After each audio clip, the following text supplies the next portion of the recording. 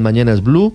María Consuelo, una situación particularmente difícil, una situación que además pareciera estar llegando a un momento crucial la que vive Venezuela a pocas semanas del 10 de enero. Ese es el día del final del mandato de Nicolás Maduro, también ganado con muchas quejas de irregularidades en 2018, pero empezando con un hecho absolutamente flagrante, y es que se robaron las elecciones. Totalmente, pero es una cuenta regresiva porque además de que fue evidente para el mundo, porque ellos nunca, hablo de Nicolás Maduro y todo el establecimiento venezolano, nunca mostraron actas, nunca demostraron haber ganado, y fue evidente el fraude y el robo de las elecciones.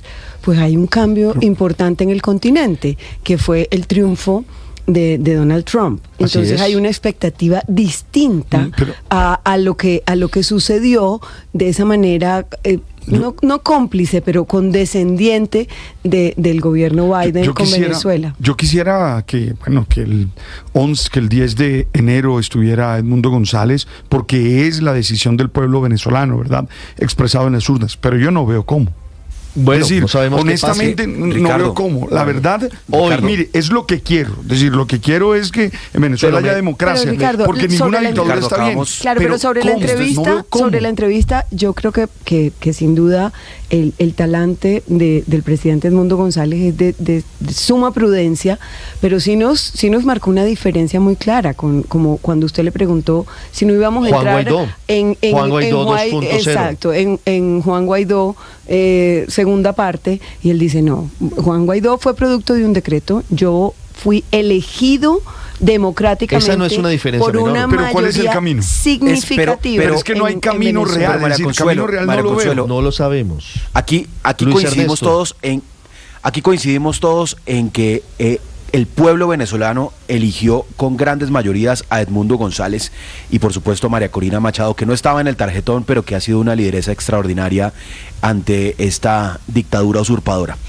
Pero a pesar de que hay una diferencia, pues sí, jurídica, que la uno era una resolución o un decreto que expedía la Asamblea Nacional a su presidente de la Asamblea en ese momento, Juan Guaidó, y ahora se trata de una persona electa popularmente como presidente de la República de Venezuela. La realidad es que el usurpador sigue ahí. Claro. Entonces, lamentablemente, y debo decirlo aunque me duele profundamente, acabamos de entrevistar a Juan Guaidó 2.0. Acabamos de escuchar al nuevo Juan Guaidó, porque yo no veo ningún escenario, Ricardo, en que Edmundo González, bien intencionado como lo escuchamos desde Madrid, pueda transformar una realidad tan profunda como el control de las Fuerzas Armadas de Venezuela. Sabemos que el régimen de Maduro sigue en el poder y se ha podido perpetuar en el poder porque tiene las armas del Estado, porque tiene a todo el ejército, a toda la Guardia venezolana comprada, o por intimidación o porque los tienen los negocios y la corruptela y el robo y el saqueo del Estado venezolano. Y mientras no haya unas fuerzas armadas o un pueblo en las calles que exija que tome posesión Edmundo González como su nuevo presidente, eso no va a pasar. Y yo lo que he visto, muy a mi pesar, Ricardo, en estas últimas semanas, es que la fuerza de las calles, la fuerza popular, la fuerza de indignación, la fuerza de transformación que inspiraron María Corina y Edmundo González durante la campaña, pues se ha ido extinguiendo. Esa llama se ha ido extinguiendo y yo no veo cómo va a llegar viva al 10 de enero a forzar un cambio democrático. Yo creo que en Venezuela pasa algo, y es que ya han aprendido que debe ser estratégica la forma en la que se enfrentan al régimen. No, y con la tiranía es muy difícil. Al punto es muy difícil, pero solo que la gente se dosifica y la gente sale a las calles solamente cuando hay motivos reales o hay una convocatoria real, porque saben que las calles y esa estrategia de las marchas se desgasta. Pero el apoyo a María Corina Machado y Edmundo González no se ha diluido para nada entre los venezolanos. El apoyo sí sigue ahí, estamos de acuerdo que el apoyo sigue ahí, pero la capacidad de un levantamiento popular como el que vimos, por ejemplo, en la Berlín Oriental, en la Alemania Oriental, que fueron decenas de miles de personas en las calles durante varios días hasta que tumbaron el muro de Berlín. Lo mismo que vimos en varios países que han transitado de la dictadura a la democracia, que es un levantamiento popular permanente, no lo estamos viendo en Venezuela porque lamentablemente, aunque el respaldo popular a María Corina Machado y a Edmundo González seguramente sigue intacto, la capacidad de intimidación del régimen parece haber extinguido. Yo quisiera estar equivocado, de verdad, Ricardo, nada más quisiera yo que estar equivocado en este diagnóstico, pero tampoco, para lo que decía María Consuelo, tampoco veo muchas expectativas en la llegada de Donald Trump. Que llegue Donald Trump no va a cambiar nada en el escenario. Yo creo que hay un cambio internacional significativo. No, pero además ahí Luis pero Ernesto, frente a Venezuela, a lo que pasa en el país de Venezuela. ¿Qué va a pasar, por ejemplo, con el presidente Gustavo Petro y el gobierno de Colombia a partir del 10 de enero? Es que ese es el tema interesante, Ricardo. ¿Qué va a pasar? Porque mire que el presidente Gustavo Petro...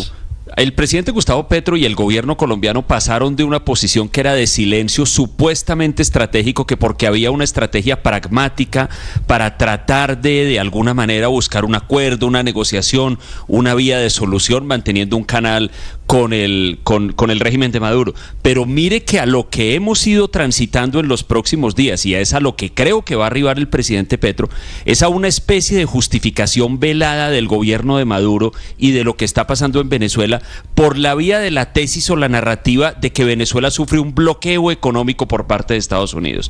Mire que esto es algo que viene repitiendo una y otra vez el presidente Petro cada vez que habla de este tema, como quien dice, pues sí, la democracia está fracturada en Venezuela, la democracia está cohibida en Venezuela, pero es por culpa de un bloqueo de Estados Unidos. Como tratando de hacer pegar una narrativa similar a la del bloqueo de Cuba, que le ha servido al régimen de Cuba para justificar todo lo que hace. Yo no creo que en este caso eso pegue, pero creo que para allá va el presidente Petro. Y si el régimen de Nicolás Maduro llega a hacerle algo a Edmundo González, encarcelarlo, o Dios no quiera una cosa peor, creo que la situación, la exposición moral a la que queda sometido el presidente Petro con ese argumento absurdo es todavía peor, Ricardo. 7:22, Aurelio, en segundos los deportes, en segundos el padre Alberto Linero. ¿Qué va a hacer Colombia con la llegada del 10 de enero, el día clave, el día D? Pues a mí la carta lambona de Petro ayer a Donald Trump me vuelve a traer la famosa frase de no disparen, soy dentista. O ya pasamos al yes man, Petro, el yes man de Trump, ¿cierto? Una carta lambona, una carta rodillona, que pues sin lugar a dudas una carta pues diplomática. va a ponerse.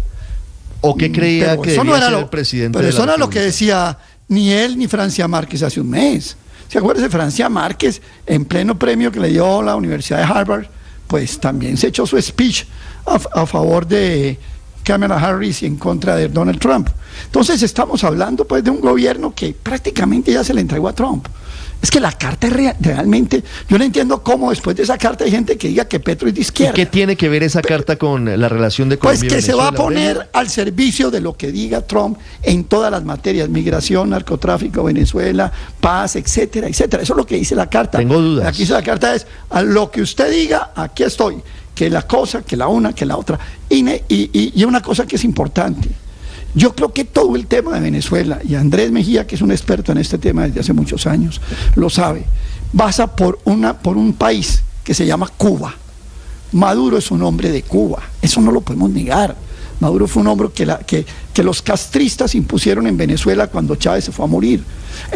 Los asesores centrales de Maduro son cubanos. Entonces aquí va a haber un proceso de, no sé si de negociación o de confrontación con el verdadero tutor del gobierno de Maduro, que es el gobierno de Cuba. ¿Y usted ve un escenario para la negociación de Trump con Cuba? Pues es que no hay posibilidad otra. Es decir, Maduro depende. Va a pasar de todo Cuba, lo contrario, ¿no? Es decir, vamos a ver qué pasa. El presidente pero además podía adelantar una eventual negociación con Cuba era el gobierno de Joe Biden. Y hay otro elemento, ¿no? Hay otro elemento que son los contratos de Chevron con Venezuela, ¿no? Entonces, hay una serie de elementos que a mí no me llevan a la ecuación básica. Minutos. Trump republicano, Maduro al suelo. No me suena mucho así.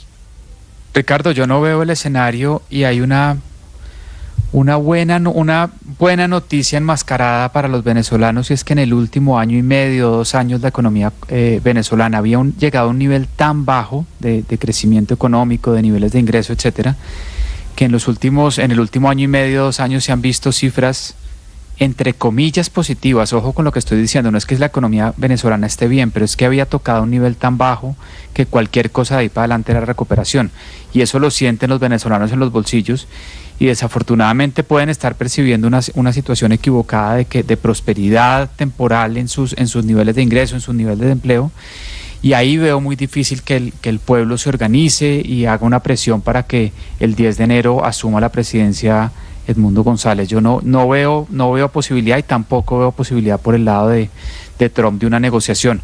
Lo que seguramente va a volver es el embargo, las presiones económicas a las ventas de petróleo y todas las herramientas que hasta el momento ha tratado de usar Estados Unidos, ahora sin la ayuda de Colombia, en este momento sin la ayuda de Colombia, pero ese escenario ojalá cambie en 2026 y haya mayor presión de Colombia acompañada de la de Estados Unidos. No la veo. Para que posiblemente haya una transición. No veo al presidente Petro tan tibio con Nicolás Maduro. Hasta el 2026 no va a haber nada de eso. No, Colombia será un silencioso cómplice de la dictadura. No, además ya el presidente Petro Paola. lo dijo, las elecciones fueron un error. A la oposición no le gustó. Ricardo Leopoldo López dijo que era una afrenta, que era un atrevimiento tal vez con los venezolanos decirlo, y mete en la ecuación a Marco Rubio, que es un hombre muy conectado con Venezuela, muy cercano a la oposición en Venezuela, Sí. y ya usted conoce Leopoldo la López, posición de él, la posición de él en y Venezuela. retirado como líder político en Venezuela. Paola, me decía. Sí, pero de todas maneras, bueno, dos cositas. Uno, hay 4 petroleras gringas en este momento operando en Venezuela. Al final, pues yo creo que necesita más Estados Unidos de Venezuela que Venezuela de los Estados Unidos en este momento en temas por lo menos de petróleo. Recuerde una vez más que todas esas refinerías en Texas cargan con ese petróleo pesado venezolano que solo lo tiene Venezuela. Eso por un lado. Por el otro, pues escuchando ahorita a Edmundo González me quedo pensando que no es exactamente un Juan Guaidó segunda versión. O si lo llega a ser, lo es, pero mucho más disminuido. No tiene el carisma de un Juan Guaidó, no tiene como el brío Pero de por un él Juan votaron, Guaidó. Paola, la diferencia con Por él Guaidó es que votaron por María Guaidó- Corina, realmente votaron por Sí, María Corina, pero que el sí tiene el presidente carisma. elegido fue Edmundo González, sea Sí, como fuera. pero es una versión dividida por lo menos entonces por el cambio del dólar o si quiere por el cambio del bolívar. No creo. 7:27 minutos. Álvaro, Ricardo, la situación de seguramente Venezuela. esa posición de Edmundo González es acordada con Marco Rubio. Cuando los episodios de Juan Guaidó, el New York Times dijo claramente que parecía que el gobierno Trump le había entregado el Departamento de Estado en materia de América Latina a Marco Rubio, que era el secretario de facto para América Latina. O sea que va a volver la persona que fue el arquitecto de esa política. Juan Guaidó, Marco Rubio no es un experto en otros temas distintos a este. Sí, duró muchos años en la Comisión de Relaciones Internacionales del Senado, pero su experticia y llega a ese cargo por ser un representante de latinos y va a trabajar en este tema. Entonces se pregunta uno qué va a hacer Marco Rubio, si va a reeditar la política Guaidó o va a hacer algo distinto. Pero claro que vienen cambios porque Marco Rubio fue muy crítico de las políticas de Biden y todo el mundo va a esperar que haga algo frente a Venezuela. Tiene que ser algo para Venezuela. Si reedita lo anterior, pues sabemos qué va a pasar. Esa es la pregunta, como que si acelera, con Venezuela, si agudiza con Venezuela pasa, Álvaro. las sanciones. Pues, las sanciones, pues sabemos qué va a pasar. Entonces, no hay mucho que hacer, pero Estados Unidos va a hacer cosas. Para pero las sanciones Trump sería están muy vigentes, complicado salvo para quedarse de comprar manos petróleo. cruzadas. No, pero en general las sanciones siguen vigentes, salvo las del petróleo. Se han aliviado mucho las sanciones de Estados Unidos. Y no olvide que... se aliviaron y volvieron a ponerlas, entre otras pero cosas, dejaron las del petróleo. Libre a Alex Saab en Estados Unidos. Joe Biden... No, claro, que cometieron errores, pero es libre que... a Alex Saab a cambio de nada. Es que con Venezuela pasa pues un poco lo que dice Álvaro, que es algo hay que hacer, pero nadie es capaz de responder a la pregunta de qué. Pero algo hay que hacer. Y eso, pues, bueno, ¿cómo habremos caído debajo que estamos confiando en que un hombre que no es demócrata como Donald Trump y su gabinete, que tampoco lo es, sean los defensores y los liberadores de la democracia en Venezuela. ¿Cómo habrá caído debajo ese tema que estamos en manos de un señor que en realidad lo que es un autoritario, que desdice de la democracia liberal como Donald Trump, y todos poniéndole las manos? No, es que con Donald Trump sí va a llegar la solución para defender la democracia. Eso ya pues es caer muy bajo realmente en términos de confianza de un personaje que, si algo ha demostrado, es no tener ninguna lealtad con la democracia. Pero sí ganó democráticamente, a diferencia de Maduro, ¿no? No, claro, ganó democráticamente. No es solamente elecciones. No, pero ganó, su triunfo sí fue democrático, Héctor. Sí, negarlo pero las elecciones no son solo democracia. Las elecciones son de respeto por los derechos, respeto por la separación de poderes, etcétera, etcétera. Pero y no hay una sola mácula sobre las elecciones de Estados Unidos hasta ahora. Uno puede no gustarle yo no he hablado de las elecciones, sino pero de Trump. Ganó democráticamente, a diferencia yo no he hablado de las elecciones, de sino Maduro, de Trump, que se las robó. Y no es un problema de gustos o de disgustos, sino de si una persona pues es fiel a los principios democráticos o no. Además, no todo el mundo tiene que ser demócrata. Hay gente que puede, y yo defiendo el derecho de quien no cree en la democracia a no creer en la democracia. Lo que no puedo caer es en la idea de que quien no cree en la democracia sea su defensor de la democracia en un lugar distinto al de su propio país. Pero yo iba a trasladar la pregunta con la que comencé esta intervención a Colombia. Algo hay que hacer. El presidente Petro decimos, bueno, se va a convertir o ya es un cómplice del tirano, y el 10 de diciembre se va a inventar alguna cosa y para justificar la presencia del gobierno de Maduro. Pero, digamos, ¿qué es lo que hay que hacer? ¿Qué es lo que hay que hacer? ¿Romper relaciones nuevamente con Venezuela? ¿Esa es la idea? ¿Eso es lo que creemos realmente creo, que produce un resultado benéfico para Venezuela y benéfico para Colombia? ¿O qué? No reconocer como presidente a Nicolás Maduro después del 10 de enero porque romper relaciones. Porque uno con el gobierno con el que no reconoce... con el que no reconoce pues un gobierno, ¿cómo mantiene uno relaciones con un gobierno al que no reconoce? Uno no se puede inventar estratagemas para empezar a acomodarse como lo está haciendo el gobierno. ¿Por qué les da temor a contestar a la pregunta? ¿Por qué les da temor a contestar la pregunta? Por las sanciones de Estados Unidos. Pero ¿por qué les da temor a contestar la pregunta? Pero ¿por qué les da temor a contestar la pregunta? ¿Qué es lo que hay que hacer? Lo que hay que hacer es actuar en consecuencia con la defensa de la democracia. Aquí solo hay dos caminos. Romper relaciones de cercanía. Romper relaciones o mantener las relaciones. Eso no hay más. El 11 de enero, por lo menos esperaría que no hubiera nuevas visitas de mantenemos las relaciones con Venezuela. Héctor, unos detallitos. Pero esos son detallitos. Pero es que sí. ¿Por qué no mantiene una relación a Miraflores a saludar de la mano a Nicolás Maduro? Y si el primero que va a 70 visitas a avalar la posesión presidencial de Maduro, que es completamente fraudulenta, es el presidente Petro, entonces, uno dice, queremos que mantenga relaciones, pero como si fuera una especie de amante escondido. Que no lo presente. En diplomacia no hay que llegar a esas denominaciones. Es un poco la hipocresía bogotana. En diplomacia mantengamos relaciones con Maduro porque eso es lo que nos conviene. Eso es lo que nos conviene y le conviene incluso al propio pueblo venezolano, que mantengamos las relaciones, pero hagamos como si no las mantengamos. No lo saludemos, miremos lo feo. Es pura hipocresía bogotana. Se puede nivel de encargado de negocios, hay diferentes niveles. Mire, por ejemplo, cómo está la relación bilateral con Argentina. Hay muchas tensiones, pero siguen manteniendo embajadores en ambos países.